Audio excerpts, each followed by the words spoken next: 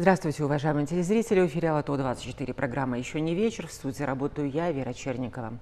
Дорогие горожане, эпидемиологическая ситуация в столице остается напряженной. Есть всего лишь 4 способа для защиты вас и ваших близких. Это ношение масок, обработка рук антисептиком, соблюдение дистанции, ну и самое эффективное – вакцинация. С таким призывом обратилась к горожанам вице-мэр Бишкека по социальной политике Виктория Андреевна Мозгачева. Сегодня у нас есть возможность задать ей вопросы. Она гость нашей студии. Здравствуйте, мы приветствуем вас в студии АЛЛАТРА-24 в программе «Еще не вечер». Итак, мэрия Бишкека принимает активное участие в организации и отслеживании процесса, как идет вакцинация. Скажите, пожалуйста, и это неспроста. Хотя мы всегда думали, что это вопрос иммунологов, ЦГСН и так далее. Добрый день, спасибо большое. Почему мы отслеживаем данную ситуацию? В первую очередь мы настроены на то, что мы должны сохранять стабильную ситуацию в городе Бишкек и не допускать распространения коронавирусной инфекции. То есть не допускать тех моментов, которые были изначально, все мы помним так называемый черный июль, чтобы нас не постигла та же участь, да, в те периоды. Мы должны максимально прикладывать все усилия для того, чтобы сохранить более-менее стабильную ситуацию и улучшать ее. В последнее время, вот буквально 2-3 недели держалась стабильная динамика, количество зараженных, это было порядка 250 человек ежесуточно, плюс-минус 10-20 человек. Вот в последние 2 дня немного у нас спад идет, порядка 120 человек ежесуточное заражение. Это уже хорошая динамика идет, хорошая статистика. И все-таки наши иммунологи, вирусологи склоняются к тому, что сейчас уже более активная фаза вакцинации начинается. Уже наши граждане с желанием приходят, да, записываются, получают вакцины, и это уже оказывает какой-то определенный положительный эффект. Бишкек – самый густонаселенный город нашей страны. И, естественно, отсюда вот эта статистика по распространению COVID. И если мы будем делать вакцину, то мы сможем остановить распространение COVID-19 и таким образом спасти свое здоровье. Вот в начале, да, все было разделено на несколько этапов. И говорили, что первыми получат вакцинацию именно те, кто находится в группе риска. Это врачи, это представители правоохранительных органов, люди старше 65 лет. Но вскоре нам стало известно о том, что каждый желающий может пойти и получить вакцину. Скажите, пожалуйста, почему возникла такая ситуация? Конечно, вначале, когда мы получили первые дозы вакцин, было принято решение о вакцинации групп населения, которые находятся в группе риска, которые контактируют. Это, в первую очередь, конечно, наши медицинские работники, это наши педагоги, силовые структуры, водители общественного транспорта, которые находятся в ежедневном непосредственном контакте с большим количеством населения, с большим количеством горожан, людей.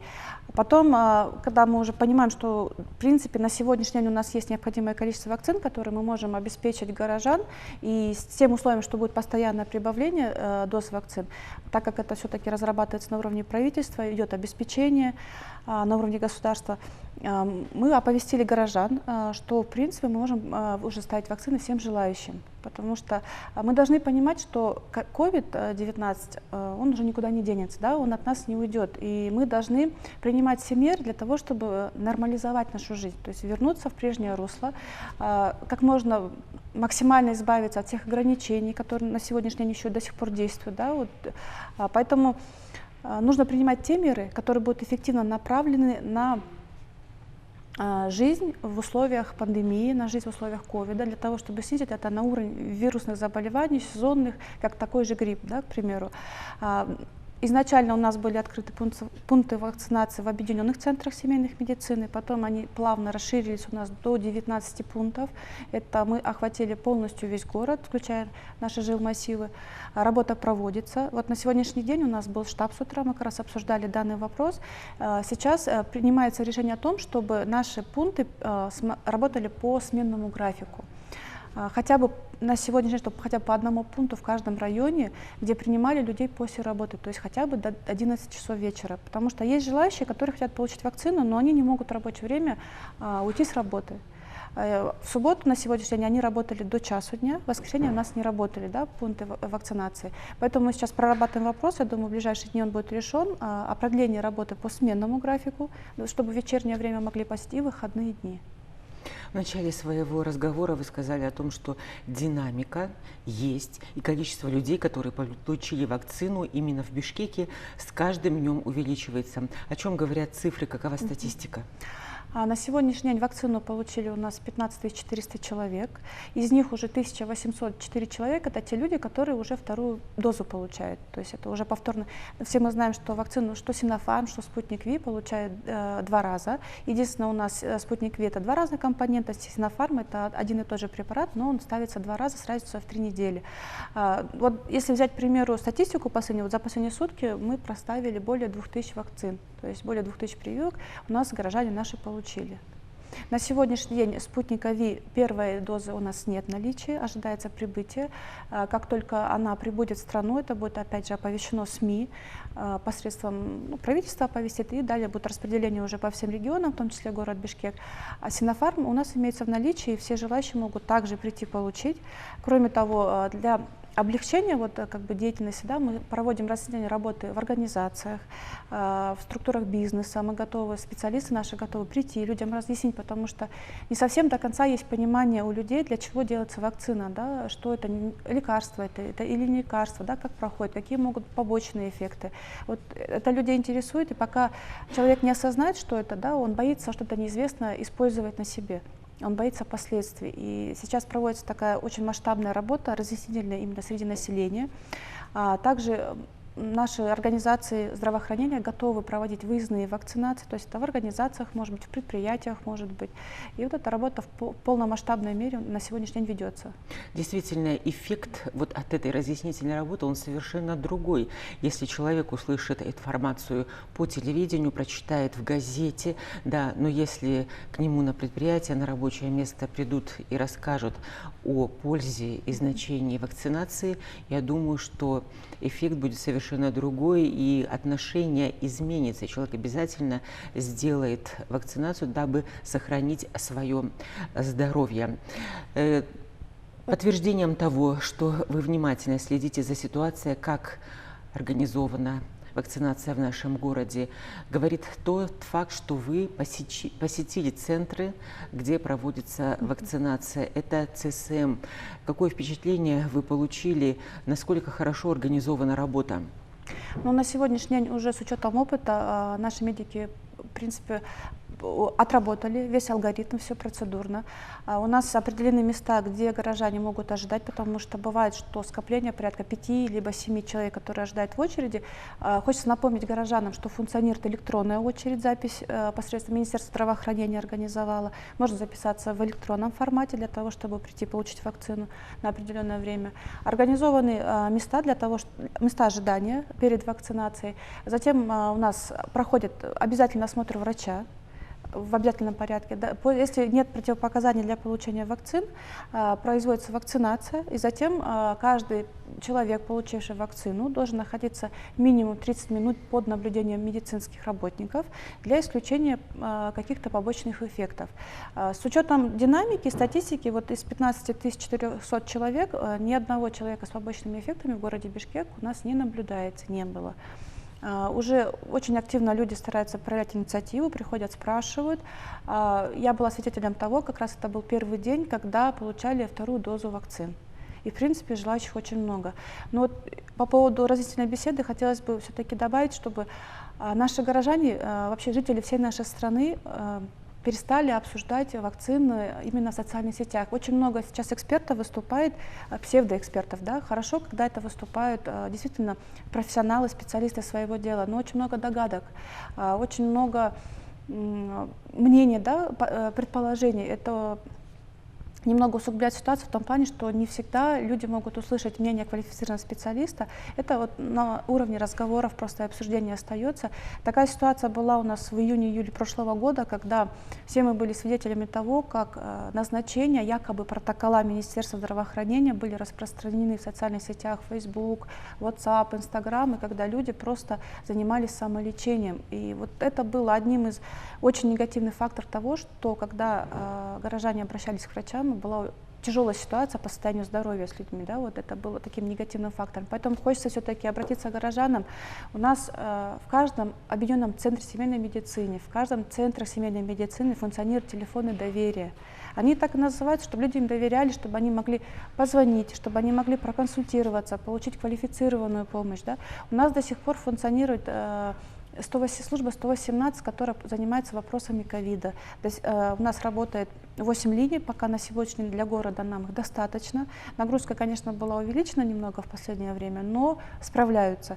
До сих пор работает 25 мобильных бригад. Если есть какие-то подозрения на коронавирусную инфекцию, то мобильные бригады это отрабатывают, так как уже есть годовой опыт работы, да, уже все поставлено по алгоритму, работа проводится в полной мере, поэтому просто хочется обратиться к горожанам, чтобы очень внимательно относились к своему здоровью, чтобы не запускали, не занимались самолечением, обращались по телефонам, обращались в Центр семейной медицины, получали консультацию, та, которая необходима.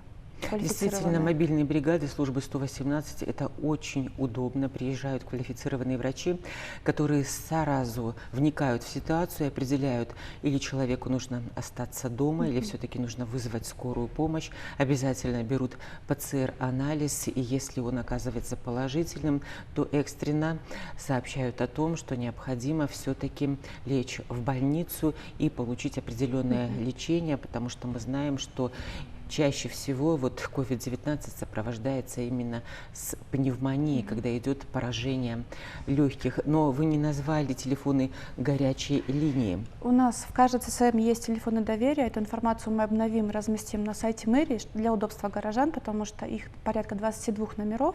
Они, в принципе, похожи. То есть сотовые номера, есть и городские. Поэтому для удобства горожан вся информация будет официально опубликована. По отношению к ковид, когда у нас мобильные группы посещают, мы не должны забывать, что есть еще бессимптомная форма течения COVID-19. И это, вы знаете, одна из самых опасных. Почему? Потому что сам житель, он не понимает, что он болеет, но он является потенциальным носителем, и он может заражать других людей. При контакте он может заразить, и нет гарантии, что тот зараженный, который после контакта с ним будет болеть, он будет также легко переносить это заболевание. Поэтому здесь именно самосознание горожан должно работать на то, что сохранять не только свою жизнь, но и жизнь людей его окружающих, с тем, с кем он работает, с кем семья его, близкие, родные, соседи. Да, как бы здесь именно каждый должен понять, что каждый может внести свой вклад. Мы говорим о том, что в каждом ЦСМ открыты, да, пункты вакцинации в каждом районе Бишкека. Плюс еще в жилмассивах Калыс-Ордо, да, Учкун, Караджигач, Акбата, Акбусуго, поликлиника железнодорожной больницы. Также в этих местах можно сделать прививку от COVID-19 и таким образом спасти свое здоровье и здоровье своих близких от каких-то нежелательных тяжелых последствий. Но вы сказали о том, что количество пунктов, где можно сделать вакцину, будет расширяться. И плюс еще затронули вопрос работы мобильных бригад, которые будут выезжать именно к населению. Расскажите более подробно об этом. Мы хотим, во-первых, расширить время обслуживания в этих пунктах вакцинации, то есть чтобы наши люди могли после работы пойти и получить вакцину. Примерно с какого этого времени? Я думаю, к концу этой недели уже у нас будет проведена работа и уже будет принято решение, как это будет все функционировать.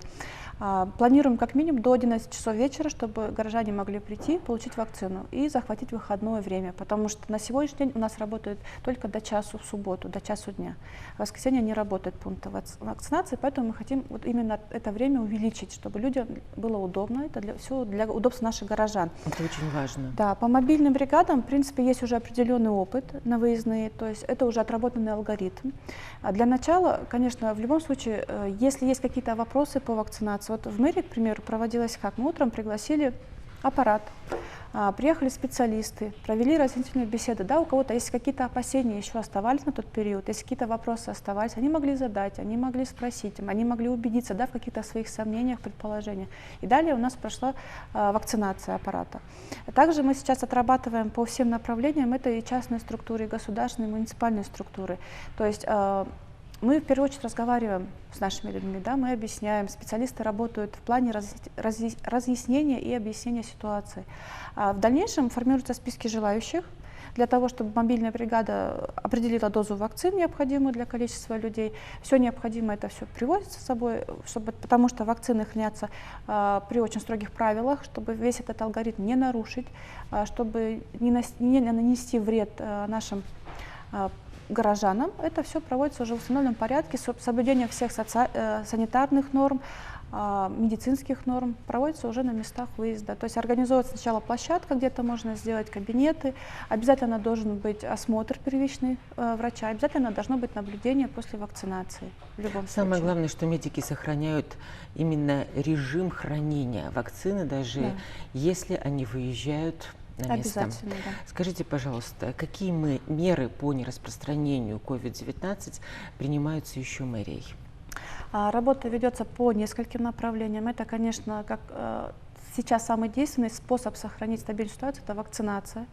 Как я уже сказала, это разъяснительные беседы, выездные бригады работают. Проводятся рейдовые мероприятия по точкам общепита, по кафе, ресторанам. Все-таки должны соблюдаться меры по обслуживающему персоналу, который обязан носить масочный режим, соблюдать, носить перчатки, то есть замена масок. Это и в торговых центрах, в местах общего скопления людей. До сих пор у нас не разрешены большие скопления людей, то есть проведение каких-то больших массовых мероприятий. Очень сейчас особая работа ведется в плане наших образовательных учреждений, потому что наши дети буквально больше года, они учились в онлайн-формате, потом пытались запустить школу хотя бы по алгоритму, частями запускали, по параллелям. Конечно, мы хотим приложить сейчас все усилия максимально для того, чтобы дети этот год закончили. У нас осталась буквально неделя до завершения учебного процесса. Нам нужно, чтобы дети сдали общереспубликанское тестирование.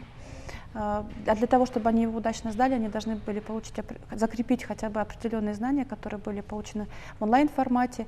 Они прошли закрепление с педагогами уже хотя бы в последние месяцы.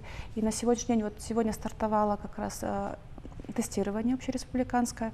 Оно проходит соблюдение всех санитарных норм. Дети разделены на группы для того, чтобы мы могли соблюсти социальную дистанцию, обеспечены масками, санитайзерами. Сегодня у нас в 2 районах проходит тестирование. Я думаю, в принципе, алгоритм соблюдается и все будет проведено на должном уровне. Скажите, пожалуйста, а вот экзамены в других классах, не выпускных, будут ли проводиться? По приказу Министерства здравоохранения в этом году экзамен не проводится даже в выпускных классах. То есть это все проходит в онлайн-формате. Все на основании, выставляются оценки на основании четвертных оценок, но в пользу ребенка. То есть если спорные моменты какие-то есть, ребенок должен быть в онлайн в этот период. Возможно, какие-то вопросы у педагогов, если возникнут вопросы предметные, они могут спросить. Но как таковых экзаменов в школах не будет. У нынешних выпускников будет последний звонок? По приказу Министерства образования последние звонки запрещены, но мэрия города Бишкек на сегодня разработан алгоритм, который мы вносим в Министерство образования, в правительство. Все-таки мы считаем, что нужно провести последние звонки с учетом соблюдения норм.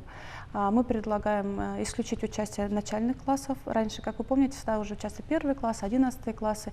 С учетом ситуации, которая на сегодняшний день у нас сложилась, эпидемиологическая, мы хотим не привлекать первоклассников, а просто провести последний звонок для выпускных классов, для 11 классов, с учетом соблюдения санитарных норм, посредством разделения на классы, на потоки, соблюдения времени на обработку, проветривание помещения, если это будет проходить в помещении для следующего класса.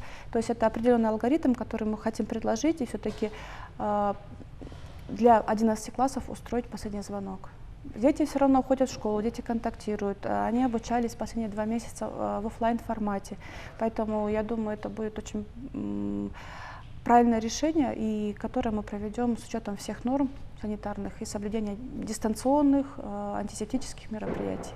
Хочу отметить, что школы очень оперативно реагируют именно на соблюдение санитарно-эпидемиологических норм, потому что если появился случай заболевания, например, среди детей или среди учителей, школа тут же закрывается и тут же переводит детей на онлайн обучение. А сколько в настоящее время в Бишкеке школ, которые учатся офлайн?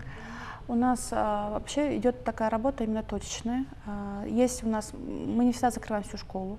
Там идет расследование ЦГСН в обязательном порядке, потому что бывает, что случай COVID-19 определяется как у контактных лиц, бывает бессимптомный. Но если у нас выявляется случай заражения, подтверждающий либо пневмония, проводится расследование эпидемиологическое и выдается предписание со стороны ЦГСН. Это может быть закрыта параллель классов, это может быть закрыт один класс. То есть там в каждой школе идет индивидуальный подход. На сегодняшний день у нас 14 школ функционируют в онлайн-режиме. Это те школы, в которых были выявлены подтвержденные случаи COVID-19.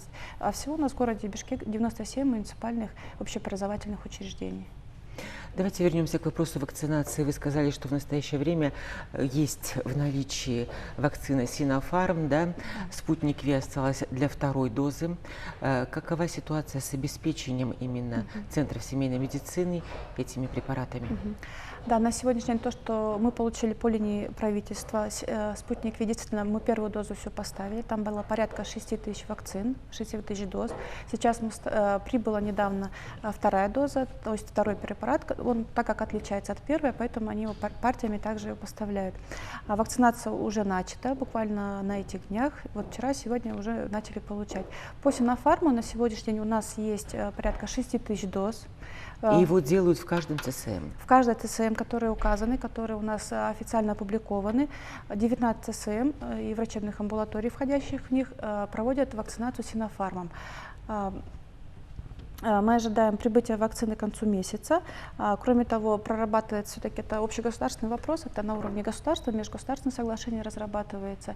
Мы проводили на прошлой неделе круглый стол по вакцинации, по разъяснительной беседе. Мы надеемся, что очень скоро мы получим раздаточные материалы для того, чтобы мы могли людям так общедоступным языком, да, объяснять по поводу вакцинации. Будут изготовлены, опубликованы видеоролики, также с разъяснительной беседой. И также уже по мере необходимости будут поставляться вакцины, необходимые для проведения работ. Я думаю, что вы очень важную и правильную меру приняли увеличить время работы ЦСМ для того, чтобы граждане, которые заняты на своем рабочем месте, весь день могли получить вакцину после работы. Огромное вам спасибо, уважаемые телезрители. Напоминаю, что мы беседовали с вице-мэром Бишкека по социальной политике Викторией Андреевной Мозгачевой. Оставайтесь на АЛТО 24, берегите себя и своих близких.